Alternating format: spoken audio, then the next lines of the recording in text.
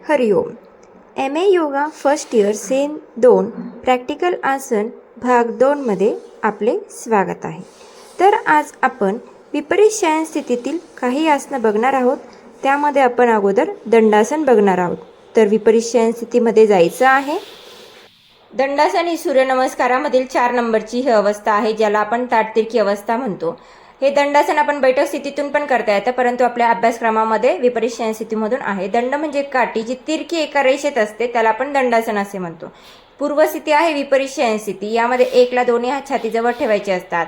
त्यानंतर कपाळ जमिनीवर टेकवायचं असतं. पायाचे चवडे उभे करायचे असतात. 1 2 ला हातावरती भार देऊन संपूर्ण शरीर वर उचलायचं आहे आणि एका ताट तिरक्या रेषेत आणायचं आहे आणि नजर समोर आहे. डोक्यापासून पायापर्यंत चवड्यापर्यंत एका रेषेत शरीर आलेलं असतं. 2 ही ताट तिरक्या अवस्थेमध्ये 2 हात 2 पायाचे चवडे यावर संपूर्ण शरीराचा भार आलेला आहे. कमर वर उचलायची किंवा खाली वाकून घ्यायची असं करायचं नाही. एका ताट तिरक्या रेषेत जसं की दिसत आहे त्या पद्धतीने करायचं आहे. आसन स्थिती सोडताना 1 ला सावकाश संपूर्ण शरीर जमिनीवर ठेवा आणि 2 ला हात जागेवर, हनुवटी जमिनीवर आणि चवडे पसरून घ्यायचे आहे. तर याचे परिणाम म्हणजे गुरुत्वाकर्षणाच्या विरुद्ध संपूर्ण शरीर आपण वर उचललेला आहे, त्यामुळे संपूर्ण शरीराचा स्नायूंची कार्यक्षमता वाढणार आहे. हाताचे चवडे, मनगट यांची कार्यक्षमता वाढणार. पाठीच्या कण्याची कार्यक्षमता वाढणार आहे. पोटाच्या स्नायूंवर ताण आलेला आहे, त्यामुळे पचन संस्थेचं कार्य सुद्धा चांगलं होणार आहे. त्यानंतर आपण बघणार आहोत धनुरासन. या आसनात शरीराची अवस्था काहीशी धनुष्याप्रमाणे होते, म्हणून त्याला धनुरासन म्हणतात. विपरीत शयन स्थितीतून करणार आहोत. आसन स्थिती घेताना 1 ला दोन्ही पाय गुडघ्यात वाकवायचे आहेत. 1 2 ला दोन्ही हातांनी दोन्ही पायांचे चवडे पकडायचे आहेत. 2 आणि 3 ला श्वास सोडून श्वास घेत घेत समोरून शरीर आणि मागून पाय वर ओढून घ्यायचे आहेत. 3 आसन स्थिती पूर्ण संत श्वसन. यामध्ये दोन्ही पायांमध्ये अंतर घेतला तरी चालतो, परंतु आदर्श स्थितीमध्ये दोन्ही पाय हे जुळलेले असतात. त्यानंतर आसन स्थिती सोडत असताना श्वास सोडत सोडत दोन्ही गुडघे, छाती, खांदे, हनुवटी जमिनीवर टेकवायचे आहेत. 1 2 ला दोन्ही हात जागेवर, 2 आणि 3 ला दोन्ही पाय जागेवर. 10 सेकंद ते 3 मिनिटांपर्यंत आपण ही आसन स्थिती करू शकतो. तिसरं बघणार आहोत योगमुद्रा. योगमुद्रा ह्या 4 प्रकारच्या आपण घेणार आहोत.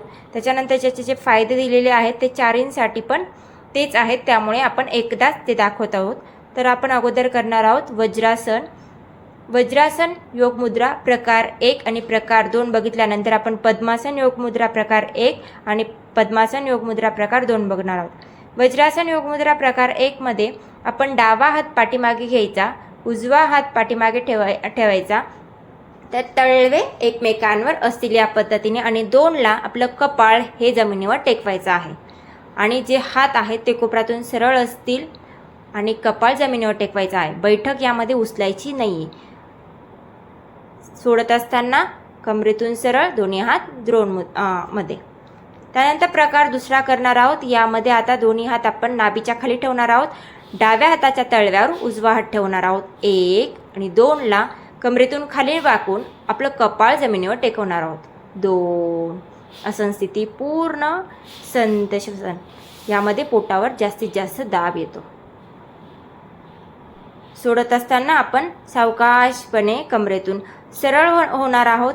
1 आणि 2 ला दोन्ही हात आपण जागेवर ठेवणार आहोत द्रोण मुद्रेमध्ये. 2 यानंतर आपण योग मुद्रेचे आणखीन काही प्रकार म्हणजे पद्मासनामध्ये बघणार आहोत. अगोदर पद्मासन घालायचं आहे. पद्मासन घातल्यानंतर आपण पद्मासन योग मुद्रा प्रकार 1 करणार आहोत. हातांची स्थिती अगदी सेम आहे जी की आपण वज्रासनामध्ये केली त्या पद्धतीने. 1 ला डावा हात पाठीमागे घ्यायचा आहे, त्यानंतर उजवा हात त्याच्यावर ठेवायचा आहे. डाव्या हाताच्या तळव्यावर उजवा हात आणि 2 ला कमरेतून खाली वाकायचा आहे. कपाळ टेकवायचा आहे जमिनीला. यामध्ये सुद्धा आपण बैठक उचलणार नाही आहेत. दोन्ही हात आपले कोपऱ्यातून सरळ असणार आहेत. या पद्धतीने संत श्वसन चालू ठेवायचं आहे. सोडताना कमरेतून सरळ व्हायचं आहे. 1 आणि 2 ला दोन्ही हात ध्यान मुद्रेमध्ये असतील. याच्यातूनच आपण करणार आहोत पद्मासन योग मुद्रा प्रकार दुसरा. डावा हात आपण नाभीच्या खाली घेणार आहोत, त्यावर उजव्या हाताचा हात ठेवणार आहोत डाव्या हाताच्या तळव्यावर उजवा हात आणि 2ला कपाळ आपलं जमिनीवर टेकवायचं आहे. संत श्वसन चालू असेल. जे कोपर आहेत ते कधी कधी खाली पडतात, तर ते आकाशाच्या दिशेनेच असणार आहे. यावर जास्त ताण आपल्या पोटावर येतो. सोडताना कमरेतून सरळ, दोन्ही हात जागेवर. त्यानंतर आपला एक प्रकार राहिला होता बैठक स्थितीमधला, तो म्हणजे सुप्त वज्रासन, पूर्वस्थिती वज्रासन. यातून 1ला आपले दोन्ही तळवे जमिनीवर आपल्या पाठीमागे ठेवायचे आहेत. 1. 2ला दोन्ही हात कोपरातून वाकवायचे आहेत आणि कमरेत मागं वाकून डोकं आणि पाठ हळूहळू जमिनीच्या दिशेने खाली न्यायचे आहे. 2. 3ला सावकाश डोकं ढिलं सोडून खालच्या दिशेने वाकवायचं आहे. जमिनीवर ठेवलेले कोपर शरीराच्या जवळ आणायचे आहे आणि पूर्णपणे आपले जे हात आहेत ते जमिनीवर ठेवायचं आहे. डोकं जमिनीवर ठेवायचं आहे.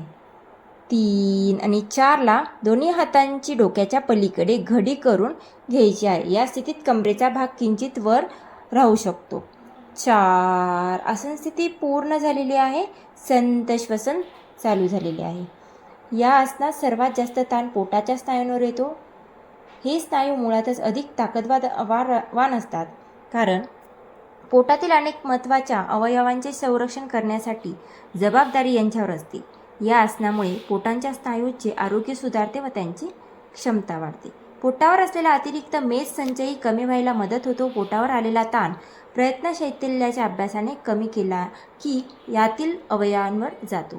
त्यामुळे त्या अवयवांचा रक्तप्रवाह वाढून त्यांचे आरोग्य चांगले राहते.